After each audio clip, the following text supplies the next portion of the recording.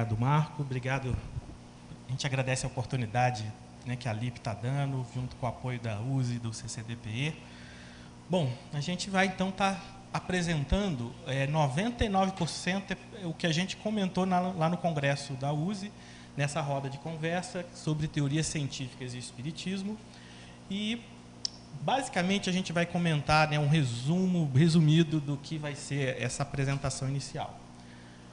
Lembrar do valor científico do espiritismo, não meramente lembrar do que Kardec disse sobre o aspecto científico, mas de estudos modernos desse nosso século passado para cá, que mostram um valor científico que tem o que o espiritismo tem em si. Ele tem, como doutrina, ele tem características que graças aos estudos que vieram depois de Kardec, mostram o valor científico do espiritismo atual.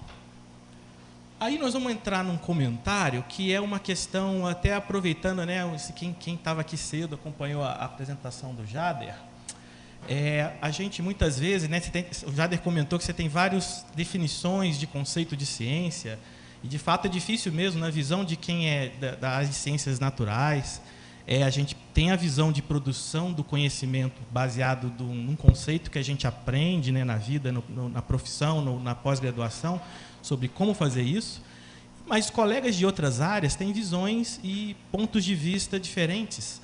E nisso do valor científico do espiritismo, e ligado ao tema, que a gente vai fazer uma análise crítica de uso de teorias científicas para falar ou para descrever conceitos espíritas, a gente vai comentar sobre outros aspectos que teriam um valor, eu pus entre aspas valor científico, não é que o conteúdo é científico.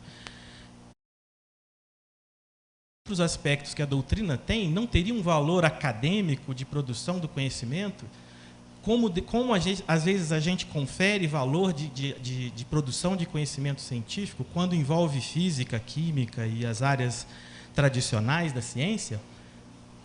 A gente, no meio espírita, está sabendo valorizar esse aspecto da produção do conhecimento em outras áreas, em outras áreas que não sejam o científico da doutrina espírita. Então, a gente vai fazer uma crítica do excesso de valorização do aspecto científico do espiritismo quando se usa física, por exemplo, química, ou biologia, ou medicina, e destacar que contribuições em outros aspectos são tão ou mais legítimos e valiosos do que aquele que a gente leigamente sempre considerou como ciência. Jornal Nacional tem notícias sobre saúde, sobre gravitação, sobre isso, sobre aquilo, que, em geral, referente às ciências naturais. Então, a gente acha, né, a gente leigamente vai formando uma concepção, muitas vezes, de que valor científico só o tem as áreas de ciências naturais, quando as outras áreas também produzem conhecimento útil para nós, válido e né, que contribui com o progresso nosso da humanidade. Nisso, esse alerta que a gente vai fazer. Tem conceitos que a gente considera apressados na relação entre ciência e espiritismo. Bom, vamos mostrando, né, porque falar só não adianta. Isso é uma lembrança, eu gosto de citar essa mensagem, porque é um autor respeitado no movimento espírita, um espírito, né, de nome respeitado, que trouxe uma mensagem através de um médium tão respeitado quanto, que é Chico Xavier, e nessa mensagem, né, da década de 60, Bezerra, então, diz: quem se afeiçoe à ciência, que a cultive em sua dignidade. Quem se devote à filosofia, que lhe engrandeça os postulados, e quem se consagre à religião, que lhe divinize as aspirações. Mas, aí tem um mas, toda vez que tem um mas, vocês já estão vendo que tem alguma coisa importante que vem em seguida. Aí, Bezerra expondo o que ele pensa. Nem todo mundo aceita, mas é uma opinião espírita. Que a base kardeciana permaneça em tudo e todos, para que não venhamos perder o equilíbrio sobre os alicerces, destaquei de propósito a palavra, porque alicerce é aquilo sobre o qual a gente constrói tudo na nossa vida, em que se nos levanta a organização. Então, cada um tem a sua aptidão, tem a sua facilidade, gosta mais de um aspecto do que outro, todos podem contribuir com o progresso do conhecimento espírita.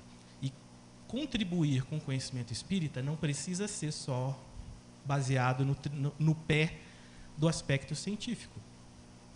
Aqui, a opinião espírita, para quem não é espírita, isso não tem muito valor, tudo bem. Não estou preocupado com quem não aceita o espiritismo, a gente respeita. Mas para quem é espírita, para nós que somos espíritas, estamos buscando trabalhar, aceitamos a doutrina como o caminho nosso de vida, e a gente quer contribuir no aspecto da produção do conhecimento, seja ele em qual área que for, que é o propósito da LIP, né? Dar divulgação, dar um espaço de discussão, de conversa e de divulgação de trabalhos que contribuam com o conhecimento. Para quem é espírita, isso aqui é um ponto importante. A gente quer valorizar a doutrina acima de tudo, porque a gente sente que ela é boa. Isso é obrigatório? Alguém vai dizer, não, a ciência é neutra. Tá bom. Cientistas não são obrigados a aceitar como a gente aceita a doutrina. Mas quem aceita a doutrina tem afinidade com o que Bezerra coloca, e a gente pode trabalhar isso, vai ser uma contribuição científica ou acadêmica, ou equivalente ao acadêmico, ou que tem o valor de uma produção de conhecimento na academia, não tem por que não. E essa é a tônica, uma das tônicas da nossa discussão. Não é porque a gente quer valorizar Kardec que o produto do nosso estudo e pesquisa ele não é científico. Que às vezes alguns colegas que pensam diferente, que nos criticam, nós espíritas, alegando que a gente tem viés, como se não houvesse viés até mesmo nas ciências exatas. Eu nem falo dos meus colegas, enfim, dessa parte não preciso falar. Tá bom? Kardec falou isso, é verdade. Kardec, lá na Gênesis, no capítulo 1, item 55, ele fala: caminhando de par com o progresso, essa é frase conhecida nossa, o espiritismo jamais será ultrapassado. Opa, forte essa afirmação. Porque se novas descobertas lhe demonstrassem estar em erro acerca de um ponto qualquer, ele se modificaria nesse ponto. Se uma verdade nova se revelar, ele a aceitará. Kardec falou isso. Isso é um resumo do caráter progressista aqui do espiritismo. O espiritismo não é uma doutrina fechada, nem um conhecimento definitivo. Tem muita coisa que a gente tem ainda a aprender, com certeza. Agora, eu destaquei algumas cores aqui, demonstrar, são palavras também fortes. O que significa demonstrar? O que significa caminhar de par com o progresso? Hoje de manhã o Jader deu uma pincelada de como nas áreas diversas as pessoas se preparam para uma vida profissional de pesquisa em que buscam caminhar de par com o progresso, trabalham na casquinha do círculo, contribuem cada um com aquele ovinho lá do círculo que a gente viu. Então, a gente precisa, como espírita, já que a gente quer contribuir também com o progresso do espiritismo, está por dentro desse caráter progressista, desse caminhar de par com o progresso. Vou fazer um parênteses agora. Eu não tenho a base filosófica da epistemologia, da teoria do conhecimento, mas tem uma definição que eu confesso, tirei do site mais simples que tem, que é o Wikipédia, que envolve essa figurinha aqui, que tem uns circulinhos também, né? Fazer coro lá com o Jader, tem um circulinho, está em alta hoje. E que passa, mas o que eu vou usar essa definição simples do Wikipédia é para passar a gente uma ideia que está relacionada com a questão da produção do conhecimento, que permite a gente entender certos valores que o espiritismo tem. Vamos só entender a figura, vou explicar a figura, e a gente vai usar essa definição, embora não seja absoluta. Há nuances e sofismas que podem ser construídos com base dessa definição simples, que a gente não está preocupado com elas. Deixa os filósofos trabalhar nas suas teorias do conhecimento. Aqui eu quero aproveitar um conceito simples para ajudar a gente a entender valores que o próprio espiritismo tem. Bom, o que é esses dois diagramas aqui? São dois círculos. E o círculo da esquerda, a gente chamou de crenças. O que seria esse círculo? Nesse círculo, imagina que está contido nesse círculo da esquerda tudo que a gente, como ser humano, a humanidade, já acreditou como verdade, como algo que achou ou acha que está presente na natureza, até o dia de hoje, 26 de agosto de 2017. Até hoje, tudo que as pessoas acreditaram e acreditam foi colocado nesse conjunto aqui. O da direita, a gente chamou de verdade, vamos colocar nele tudo que é verdade na natureza. As leis de Deus, a natureza, tudo que é verdadeiro, sem nem preocupar com a definição desse conceito. Logicamente, que o que está em cinza, aqui escuro, a gente chama de interseção, é o quê? São coisas, são itens que estão presentes nos dois conjuntos. Então, o que está em cinza são crenças que também são verdadeiras. E aí, a gente vê aqui que tem crenças, aqui na parte azul, que parece uma lua, tem crenças que não são verdadeiras. E tem verdades que a gente não tem a menor ideia ainda. Um dia, na evolução, a gente vai aprender, nós vamos evoluir, nós vamos, um dia, tomar conhecimento dessas verdades que hoje a gente não sabe. Aí, uma definição simples de conhecimento é um subconjunto das crenças verdadeiras, mas que foram, de alguma forma, justificadas, demonstradas, analisadas e explicadas, de modo que aquela crença verdadeira não é só eu creio naquilo ou não creio naquilo outro. Eu tenho uma explicação para aquilo que tornou uma crença verdadeira. A ciência, ela trabalha para tornar amarelo o que está cinza. O esforço dela é através das suas metodologias, dos esforços, dos estudos dos seus cientistas, desenvolver maneiras, ideias de investigar melhor e mais profundamente os fenômenos e coisas, ideias e hipóteses, para tornar amarelo o que seja verdadeiro. Hipóteses que podem não ser verdadeiras, mas a que for demonstrada vai fazer parte disso que eu chamo conhecimento. Nisso a gente vê uma contribuição do Kardec. Kardec buscou, ao observar a fenomenologia espírita, separar o que era acessório do que era essencial e tornar conhecimento um conjunto de crenças verdadeiras na existência da alma, na comunicação com os espíritos, na reencarnação, etc, etc. Então, a gente já tira um mérito do espiritismo nisso.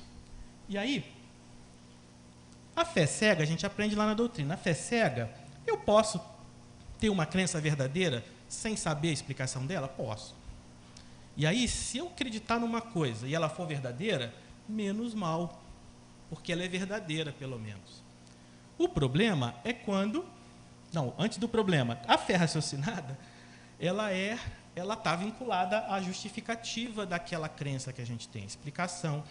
A gente crê não só porque crê, mas tem um entendimento ou uma compreensão naquilo que crê. A doutrina não ensina para a gente? O problema da fé cega, agora sim, é isso, que ela não... Se a gente cair aqui nas crenças verdadeiras, muito bem, mas e se eu, pela fé cega, cair numa crença não verdadeira? Aí é mais complicado a gente lá na frente corrigir. A gente pode perder tempo, dinheiro, saúde, às vezes numa crença que não tem o devido respaldo justificativo. E nisso, a gente está querendo analisar exatamente isso. O que forma o conhecimento para eu poder ter certeza de que no meu trabalho de colaboração com o progresso do conhecimento espírita, eu de fato estou caminhando com o progresso, de fato eu vou dar passos do cinza para o amarelo e não do cinza para o azul, ou dar passos na região azul achando que eu estou na região cinza e achando que eu estou tornando o cinza em amarelo. A gente precisa aprender isso se a gente quiser colaborar nesse tipo de aspecto. E essa coisa não é fácil. Aí, por exemplo, o que o progresso diz, então? Nesse século para cá, né, o Jader comentou rapidamente lá o pensamento de alguns dos filósofos que dialogaram com cientistas para saber como é o seu dia a dia de trabalho. Será que a produção de conhecimento é assim, regular? O cientista observa a natureza, depois formula a hipótese, testa e enumera a sua lei. Será que é sempre assim, regularmente, dessa maneira, regular, nessa sequência, que as descobertas ocorrem? O que é da filosofia da ciência, da epistemologia da ciência? A gente pode resumir alguns itens que vieram, que mostraram o dia a dia do trabalho do cientista. Quando uma área do conhecimento, que se convencionou chamar de ciência, que ingredientes ela possui? Ou que ingredientes que a filosofia da ciência hoje propõe que uma área física, química, a que a gente achar mais científica na atualidade, o que ela tem de ingredientes, de modo de lidar com fenomenologia, modo de apresentar sua teoria, modo de como seus cientistas vão trabalhar no avanço dessa área científica, como que ela descreve isso? Aí tem alguns itens. Que itens a gente acha que tem? Por exemplo, uma ciência teria um núcleo teórico formado por princípios fundamentais? Tem, segundo teorias da filosofia da ciência. Esse conjunto, ele contém um conjunto de teorias ou conceitos auxiliares que fazem a ligação entre os princípios fundamentais, né, isso que está chamando de núcleo fundamental, e os fenômenos, e a interpretação da fenomenologia que aquela ciência descreve? Sim. Conjunto de regras que convencionou-se chamar positivas e negativas que norteiam e guiam a pesquisa? Por exemplo, primeiro pensar sempre diante de um fenômeno novo, como eu descrevo esse fenômeno com base no núcleo de princípios fundamentais vigentes. Isso é uma regra que a gente tem. Eu trabalho na física, a gente não fica pensando, esse fenômeno novo que a gente vai estudar, eu vou inventar uma física nova para ele. Não, a gente vai na física, nas bases da física primeiro, para tentar descrever esse novo fenômeno. Sim, tem regra, conjunto de regras positivas e negativas que norteiam, protegem os princípios fundamentais. E isso funciona bem, viu, gente? Isso funciona muito bem. Se hoje a gente tem um tratamento novo para uma doença aí crônica, que tem dado certo, decorre de princípios, de aplicar conjuntos de regras desse tipo à risca. Métodos de pesquisa e análise definidas de acordo com o núcleo. Esse é um ponto importante também. Quem define como a física deve investigar fenômenos novos é a física, não é a química, a biologia, não é a literatura, não é a música. Agora, eu sei que a literatura, a música, a química e a biologia têm seus princípios que norteiam como desenvolver, que caminhos seguir, que critérios usar para validar uma crença que parece verdadeira na área específica. Então, a física, todas as áreas possuem. E aí, a gente tem na literatura espírita, isso é muito pouco conhecido, talvez alguns aqui já estejam carecas de saber ou já me viram comentar, então não é novidade, mas talvez para outras pessoas isso seja uma novidade, mas por incrível que pareça, uma análise do espiritismo sobre esse aspecto já existe há décadas. Vou citar aqui uma lista de títulos, o nome do autor, um dos autores desses estudos, o professor Chibene. Ele tem mostrado, fazendo comparações, o que esses teóricos da filosofia da ciência, essas teorias das mais conhecidas, quando compara com o corpo teórico doutrinário da nossa doutrina espírita, ele identifica que o espiritismo tem todos esses ingredientes.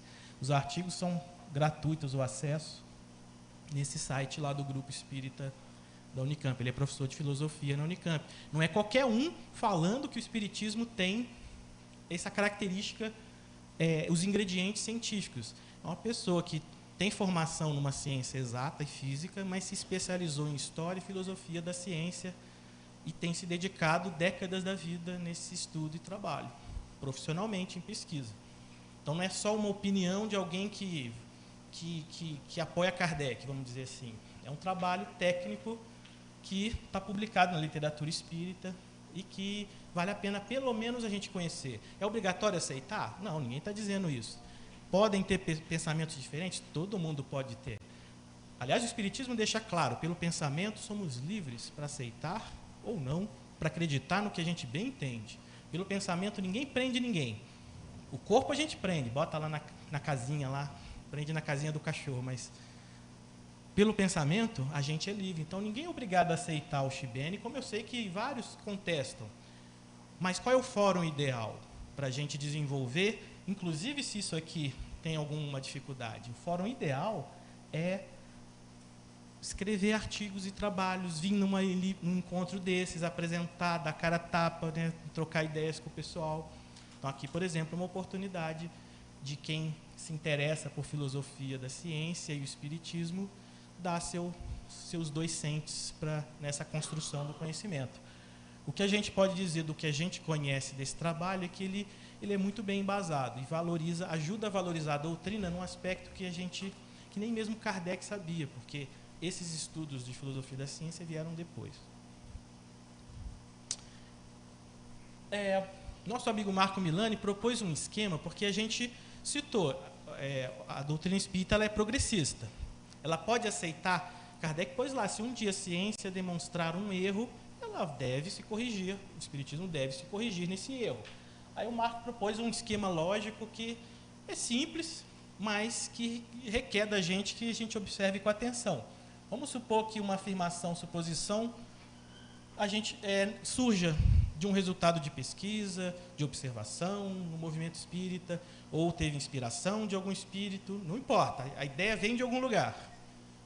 Aí a gente seguir esse fluxograma, a gente tem uma maneira segura de lidar com essa inovação, essa ideia que a gente tem na cabeça. Contradiz a codificação? Ah, não. Vamos analisar, aceita, porque ela não contradiz com a doutrina, se ela está afim, essa ideia que a gente teve, essa pesquisa, observação que a gente fez na casa espírita, no movimento espírita, sozinho em casa, lendo os livros, o que seja. Não contradiz a doutrina? Então tá ok, tá afim, está em sintonia com a doutrina. Não tem problema nenhum. Aceita e a gente não muda nada o corpo teórico doutrinário. Mas vamos supor que tenha contradição com a codificação. Aí nós vamos começar a fazer novas perguntas.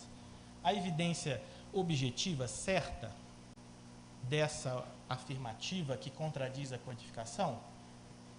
Não há evidência. Então, refutar, manter o corpo teórico. Se não há evidência, como é que eu vou pôr no quadradinho, na bolinha amarela, o que eu não tenho como justificar como conhecimento? Põe de molho, engaveta, guarda. Não é? Bom, a evidência objetiva, então vamos fundamentar os achados, apresentar à comunidade científica, no caso nosso espírita, para uma validação, para análise do método e novo conhecimento, para ver se de fato eu que não entendi errado, se outros, lembra o Jader comentou da pesquisa com amostras, que ela fica mais robusta quando você tem mais amostras de outros lugares, você vai reforçando os resultados quando eles concordam entre si. Da mesma forma, a gente tem que apresentar para os nossos pares, e nossos pares no movimento espírita somos nós mesmos, e nós vamos analisando. Às vezes é boa ideia, às vezes não, às vezes a gente tem uma interpretação diferente. O colega achou que era algo que contesta a codificação, mas a gente pensa, não, mas se a gente olhar num outro aspecto, assim, assado, não está contestando, é só questão de interpretação, assim, assado. A gente pode? Pode. É o mais seguro fazer isso. E aí a gente faz essa análise e aí analisa, né, faz a próxima pergunta. Validamos a novidade que parecia ter uma evidência objetiva? Se não, se a resposta for não, porque a gente não conseguiu fundamentar os achados, ou seja, não teve a justificativa para pôr dentro da bolinha amarela lá, dos conjuntos que define o conhecimento, refutar e manter o corpo teórico. Se sim, aceitar, aí reformular o corpo teórico. É simples e simples. O não simples é a gente conseguir fazer isso na prática. Porque eu tenho uma ideia nova. Eu tenho a ideia nova e eu quero que ela prevaleça. Eu quero mostrar e eu insisto, faz parte. O ser humano é assim, na ciência é assim. O cientista tem uma ideia nova, ele fica doido para... né, faz tudo, segue toda a metodologia, critério, protocolo, etc. E vai tentar publicar. Chega o revisor, o árbitro, o referir, e desce a lenha no termo assim, né, mais agressivo, no trabalho. Diz que esqueceu de levar em conta A, B, C. Diz que esqueceu que tem uma teoria do século retrasado que previa o mesmo resultado, mas que foi contestado assim, assado. Aí o Alexandre vai pensar, puxa vida, realmente tem tudo isso, eu vou lá ver se é mesmo. Aí eu vou lá checar aquela teoria e é mesmo. Ou então vou dizer, não, aquela teoria lá, o cara se referir viajou na batatinha, falava de outra coisa. Vou eu trabalhar em responder e analisar a crítica do árbitro. Por quê? Esse é o trabalho nosso. Se a gente não faz isso, não tem jeito. Ele não vai receber a aprovação, e aí da aprovação divulga-se a publicação. Depois outros ainda vão olhar, ainda não é o fim ainda não pôs na bolinha, no conjunto amarelo ainda. Publicar um trabalho ainda não é o fim do caminho. Tem que aguardar a maneira como ele é citado, porque tem muito trabalho sendo contestado, e hoje em dia está uma preocupação com plágio, com fraude acadêmica, pessoas que estão esquecendo, jogando para debaixo do tapete os pontos, os dados que não interessam, e incluindo pontos, às vezes, à mão. Tem pessoas em vários países sendo, assim, condenadas, artigos sendo removidos depois de publicados, revistas publicando retratações por conta de má conduta. Então, hoje está na moda isso aí, e com a internet, porque, ó, abrindo parênteses, são milhões, eu acho, de revistas científicas das diversas áreas. Fica impossível hoje a gente ter sequer um décimo da noção do que está sendo publicado na nossa área específica. Imagina. Então, está difícil saber se o trabalho que eu estou publicando hoje, se eu achei que é novidade, se alguém não já pensou nisso e não já publicou. Então, está sendo criado programas de computador que fazem essa análise, tudo em nome de garantir que a novidade que entra lá para o círculo amarelo seja de fato confiável e seguro e seja uma novidade. Isso aqui, então, esse esquema é algo viável, simples até da gente entender.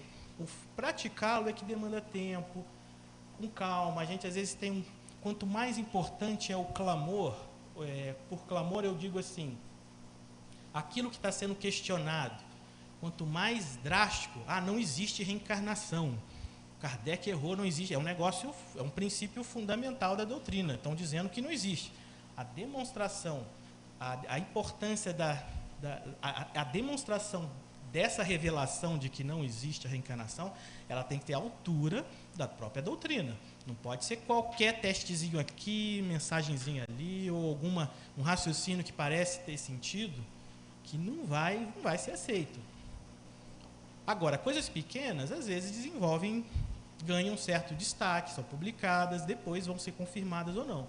Mas quanto mais importante é o resultado que se pretende trazer da afirmação, suposição, mais cuidado nessa parte e mais paciência, porque às vezes leva décadas e mais de décadas para que um princípio novo se torne aceito, mesmo nas áreas mais tradicionais da ciência. Quanto mais na nossa área do espiritismo, que é controversa, segundo um, segundo outros, gera discussão. A gente não estuda tanto a doutrina assim para poder dizer, às vezes, com segurança. Então, a gente tem que, mais do que nunca, tomar esse tipo de cuidado. Bom, prosseguindo. Aqui eu vou citar, até estou citando um trabalho do Silvio, mas ele faz um comentário, né? O pessoal de filosofia sabe disso, né? Que antigamente a filosofia abarcava todos os ramos e áreas do saber.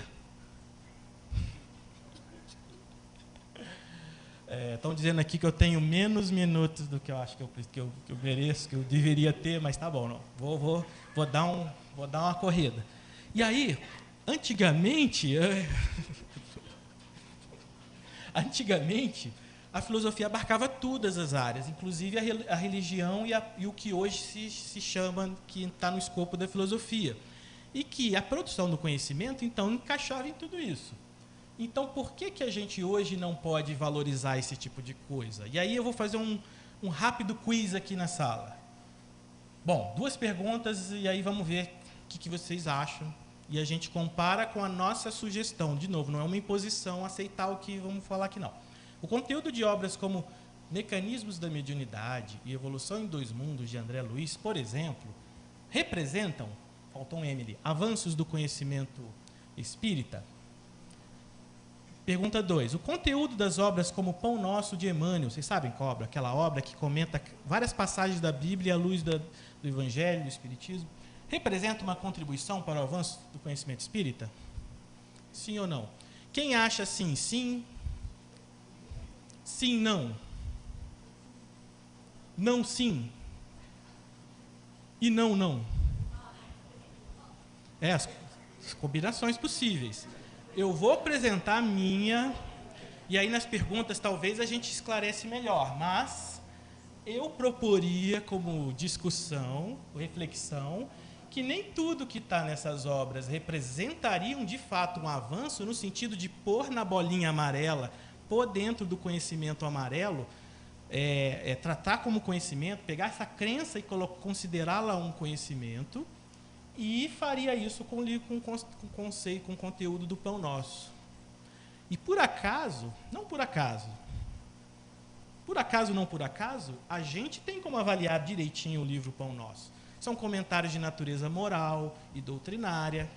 São coisas que nós todos sabemos analisar, mas nós todos sabemos analisar a física do mecanismo da mediunidade ou a biologia da evolução em dois mundos. Como é que eu posso dizer que é um avanço? E do conhecimento espírita? Será que eu sei, eu estou caminhando de par com o progresso, eu sei qual é o progresso das áreas para eu justificar? Não estou dizendo que não possa ser, que a contribuição de André Luiz é ruim. Não interpretem errado o que eu estou dizendo. Estou apenas dizendo que é cedo para a gente botar no conjunto amarelo uma proposta que eu não sei ainda se é um avanço, se é uma novidade ou se não é. Agora, aqui o Pão Nosso eu sei avaliar. Porque a gente, em geral, a parte do Evangelho, a gente costuma dar mais atenção no nosso movimento espírita, né? No movimento espírita, nosso não, porque é todo nosso. Só tem um movimento espírita. Então, a gente sabe analisar um pouco desse tipo de coisa e a gente sabe ver se o Emmanuel está falando alguma coisa fora da doutrina. E se falar em algum capítulo, a gente, pelo menos. Porque a gente precisa saber distinguir. É nosso papel, né, de estudantes da doutrina. Amai-vos o primeiro ensinamento, instruí-vos o segundo. Instruir não é só ler por ler, é ler, interpretar e comparar. Vou prosseguir que meu tempo está acabando. Bom, talvez gere um pouquinho, menos um. Tá, alguns conceitos, está acabando mesmo, alguns conceitos que, na nossa opinião, para a reflexão, a gente considera apressado e que estão presentes aqui ou ali dentro do nosso movimento espírita. E não é por mal, é às vezes por uma posição pessoal ou por não ter aprofundado bastante, e um deles é esse. Parapsicologia é uma área respeitável, mas vários filósofos, conheço 2 pelo menos, que questionam se ele tem todos os ingredientes que a filosofia da ciência identifica que uma ciência deva ter. Tem 2 trabalhos, tem 2 autores que a gente depois pode citar, o tempo agora não dá, que questionam isso aqui. E lembra lá no começo, quando citou o Chibene? A doutrina, por acaso, tem esses ingredientes. E, às vezes, alguns de nós achamos que se a gente não utilizar o método respeitável, interessante, não estou menosprezando área nenhuma, nem tirando o valor que ela tem, mas, às vezes, achamos que, por ser uma área de fora, é ela que deve orientar e guiar a forma da gente pesquisar os fenômenos espíritas. E a gente não vê o valor que a nossa doutrina mesmo tem, do ponto de vista filosófico. Que mais? Bom, esse já está carimbado já. Física quântica, que às vezes alguns colegas têm se admirado, se encantado com ela não comprova o espiritismo. Física quântica é teoria da matéria. Aliás, chamar alguma coisa de quântico, fala baixo, não é elogio nenhum. Então, escutou aí atrás? Chamar alguma coisa de quântico não é valorizar, é chamar de material, mas não conta para ninguém. Aí atrás, escutou? Alto e claro. Chamar de quântico, Deus é quântico. Não deu. Eu falo de novo. Chamar, por exemplo, vou dar o exemplo. Chamar Deus de quântico, você não está dando valor nenhum para Deus, você está materializando Deus, não pode. Chamar o princípio inteligente de quântico, você não está valorizando nada, você está materializando um conceito que deveria a gente ressaltar ao lado espírita. Os fluidos, que são princípio material, podem ter propriedade quântica? Poder pode. A gente não sabe ainda, poder pode.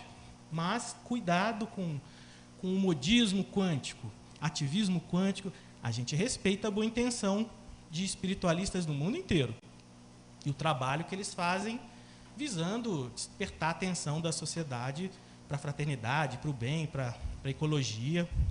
Mas a gente não tem que ter fé raciocinada, caminhar de par com o progresso? Então, a gente tem que fazer o dever de casa direito. E não sair expondo a doutrina a ridículos, como às vezes acontece. Física quântica é materialista. Outra coisa que às vezes a gente vê nos cursos, na casa espírita, dizer que Photokirlian comprova, mostra a imagem do perispírito. Infelizmente, isso não tem comprovação. Photokirlian apenas revela uma imagem associada a um fenômeno material chamado efeito corona. Pode ser útil para revelar propriedades, seja de seres vivos ou de matéria inanimada? Pode até ser.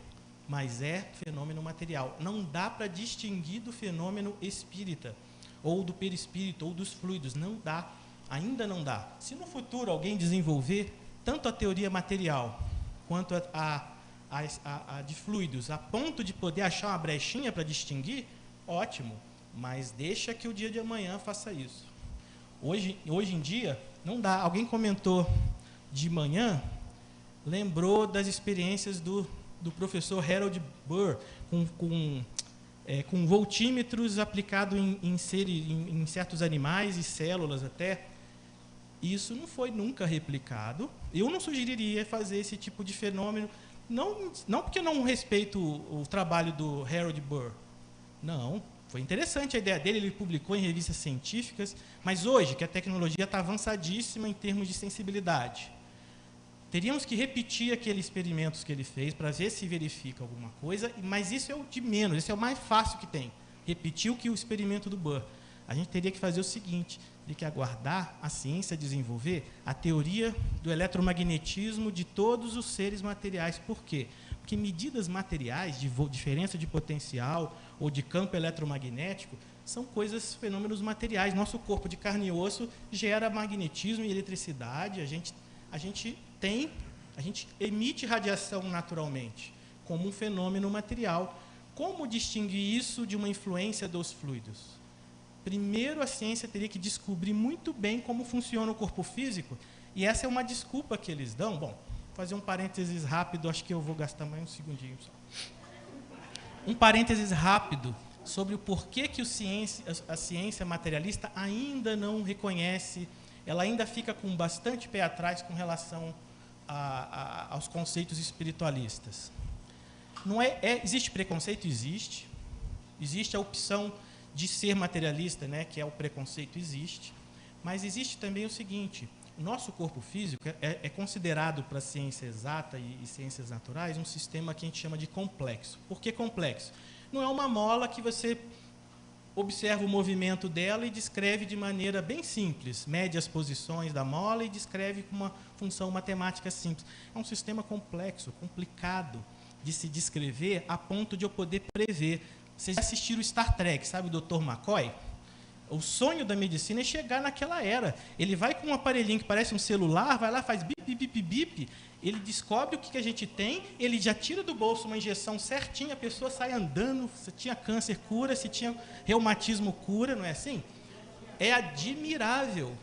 Um dia, talvez, a ciência chegue nesse conhecimento preciso de como agir para curar todas as doenças físicas, só falando do lado físico. Talvez um dia atinja um nível Star Trek de medicina, mas a ciência hoje está longe do nível Star Trek de medicina. E aí, o que os cientistas pensam? Você está dizendo que esse fenômeno, por exemplo, o passe, a prece, a ação, qualquer outro fenômeno que tem destacado, que ocorre com o ser humano, ou mesmo os sentimentos que a gente tem uns pelos outros, o ser humano é o suprassumo da natureza em termos de comportamento, de inteligência e de aspecto psíquico. Para os materialistas, é só um desconhecimento que a gente tem da complexidade do cérebro e dos sistemas que formam o nosso corpo físico.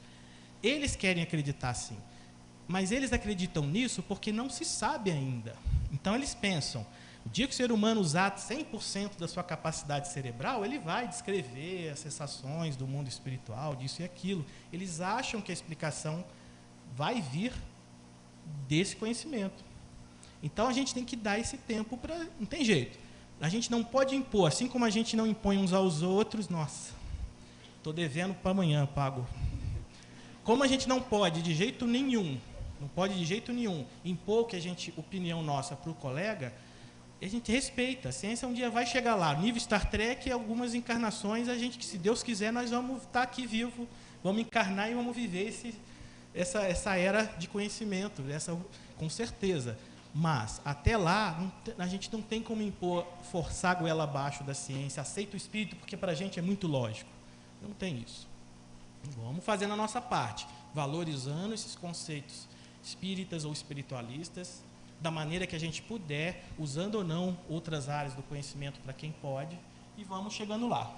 Bom, Depois deixa para pergunta, olha, isso aqui, matéria não é energia, fluido não é energia, nem onda eletromagnética, tem um monte de conceitos que alguns deles foram escritos por autores de nome, Emmanuel, André Luiz, para citar alguns. Mas deixa nas perguntas, ou se não sei se vai dar tempo pergunta, ou para amanhã a gente tira a dúvida. Isso não tem a base. Eu ia citar isso aqui, ia falar, acho que eu vou pular rapidinho. Oi, não pula não? Então, Raul Teixeira, companheiro nosso, perguntado sobre energia espiritual. Olha a pergunta que já está enviesada. Desde quando Kardec falou energia espiritual ou energia quintessenciada? Eu não lembro de ver, pode ser ignorância minha.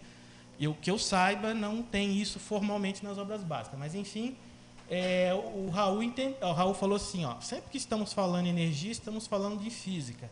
É um termo da física que a religião se apoderou. O perguntador, o entrevistador, acho que caiu uma ficha nele, porque aí ele pergunta assim, esse hábito de apoderar conceitos vem da necessidade de comprovar?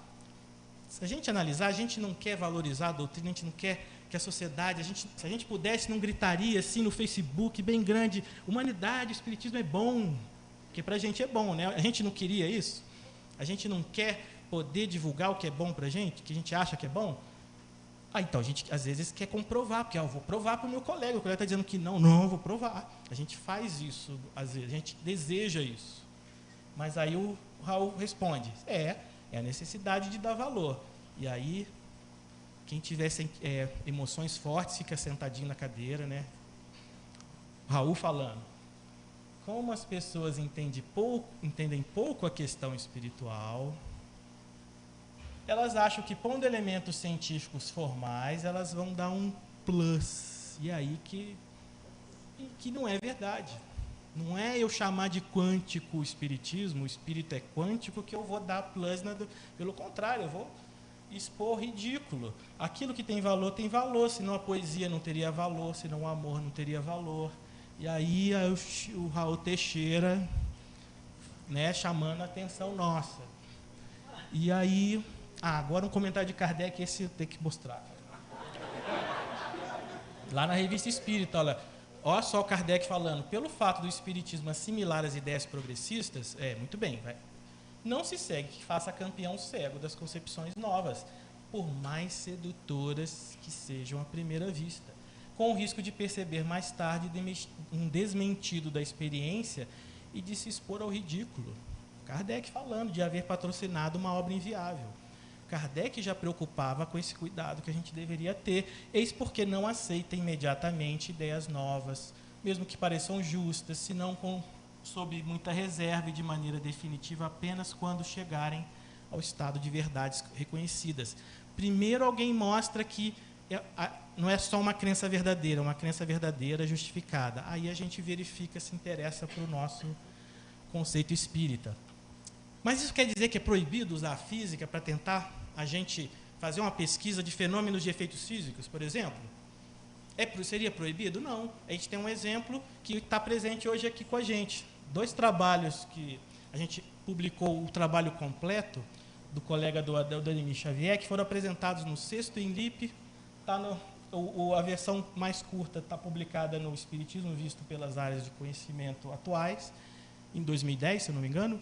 Esse encontro, ele propôs uma maneira, com base na física, de investigar o fenômeno de transporte, de levitação de objetos, com base usando fenômenos de ótica sensíveis o bastante para, pelo menos, detectar se os espíritos agem na levitação do objeto através da mudança da densidade de ar em torno do objeto. Uma proposta que é simples, mas muito bem embasada teórica e experimentalmente pelo colega que tem conhecimento da área de física. É proibido? Então, não é, mas tem que fazer bem feito. Por quê? Porque a verdadeira fé nossa tem que ser capaz de encarar a razão. E aí, a gente tem que fazer o dever de casa. A gente pode contribuir? Pode, mas tem que saber como. Aqui um desenho, ilustrando.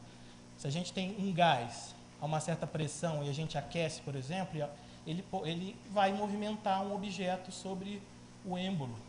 No médio de efeitos físicos, a mesa vai se movimentar.